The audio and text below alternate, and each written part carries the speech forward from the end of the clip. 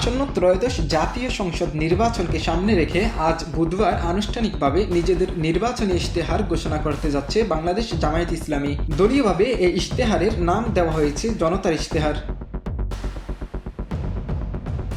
রাজধানীর বনানী হোটেল শেরাটনে সন্ধ্যায় আয়োজিত অনুষ্ঠানে ইশতেহারটি প্রকাশ করা হবে। জামায়াতের সহকারী সেক্রেটারি এবং প্রচার ও মিডিয়া বিভাগের প্রধান অ্যাডভোকেট এহসানুল মাহবুব জুবায়ের জানিয়েছেন, দেশের বর্তমান রাজনৈতিক বাস্তবতা ও ভবিষ্যৎ উন্নয়ন পরিকল্পনাকে সামনে রেখেই এই ইশতেহার প্রণয়ন করা হয়েছে। বিশেষত্ব হচ্ছে, এটি কেবল দলীয় নীতি নির্ধারকদের লেখা দলিল নয়, বরং এতে প্রতিফলিত হয়েছে ৩৭ লাখের বেশি নাগরিকের মতামত ও পরামর্শ।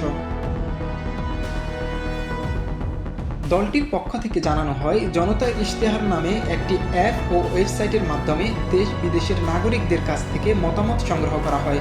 সেখানে জাতীয় খাত ভিত্তিক, সংসদীয় আসন ভিত্তিক, পেশা ভিত্তিক এবং অঞ্চল ভিত্তিক বিভিন্ন প্রস্তাব আসে।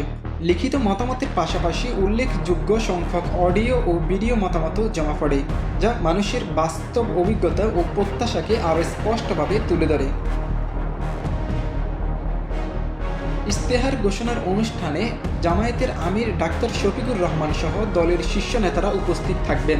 পাশাপাশি বিদেশি রাষ্ট্রদূত, হাইকমিশনার, আন্তর্জাতিক সংস্থার প্রতিনিধি, কূটনীতিক, রাজনৈতিক ব্যক্তিত্ব এবং সমাজের বিভিন্ন শ্রেণী পেশার বিশিষ্টজনেরা উপস্থিত থাকার কথা রয়েছে।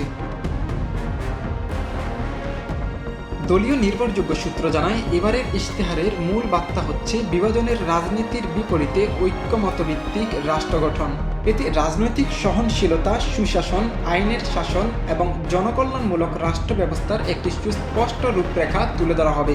ইশতেহারে দুর্নীতিমুক্ত প্রশাসন গঠন, মানবাধিকার ও ন্যায় বিচার নিশ্চিতকরণ, নারীর ক্ষমতায়ন, বাক স্বাধীনতা, মানসম্মত শিক্ষা, টেকসই গণতন্ত্র এবং কল্যাণ রাষ্ট্র প্রতিষ্ঠার উপর বিশেষ গুরুত্ব দেওয়া হয়েছে। একই সঙ্গে অর্থনৈতিক স্থিতিশীলতা, কর্মসংস্থান সৃষ্টি, দ্রব্যমূল্যের নিয়ন্ত্রণ, স্বাস্থ্য খাতে কাঠামোগত সংস্কার এবং সামাজিক নিরাপত্তা ব্যবস্থার সম্প্রসারণের প্রতিশ্রুতি থাকছে। কর্মসংস্থানের প্রশ্নে জামায়াত বেকার ভাতার পরিবর্তে কর্মমুখী শিক্ষার বিস্তার, শিল্প ও আইসিটি খাতে বিনিয়োগ এবং নতুন উদ্যোক্তা তৈরির উপর জোর দিচ্ছে। দলটির মতে সম্মানজনক কর্মসংস্থানই বেকারত্ব নিরসনের টেকসই সমাধান।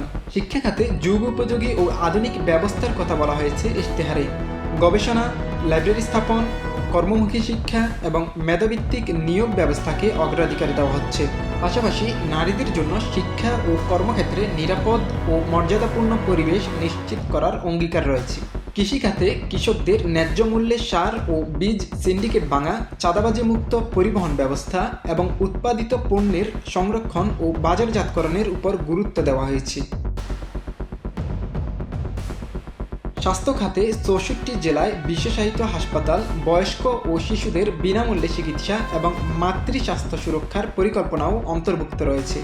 জামায়াতের আমির ডাক্তার শফিকুর রহমান এক স্ট্যাটাসে বলেছেন, বাংলাদেশের রাজনৈতিক ইতিহাসে এই প্রথম জনগণের মতামতকে প্রাধান্য দিয়ে ইশতেহার প্রণয়ন করার উদ্যোগ নেওয়া হয়েছে। তিনি বলেন, এই অংশগ্রহণই প্রমাণ করে এটি সত্যিকার অর্থেই জনগণের ইশতেহার। রাজনৈতিক বিশ্লেষকদের মতে, জনগণের সরাসরি মতামতের ভিত্তিতে ইশতেহার প্রণয়ন একটি নতুন রাজনৈতিক চর্চার সূচনা।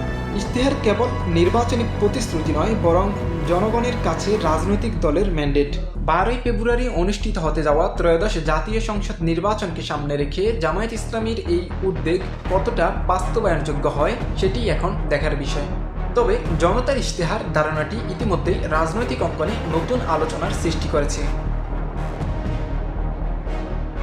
আশরাফুদ্দিন রাহাত, ঢাকা ভয়েস 24।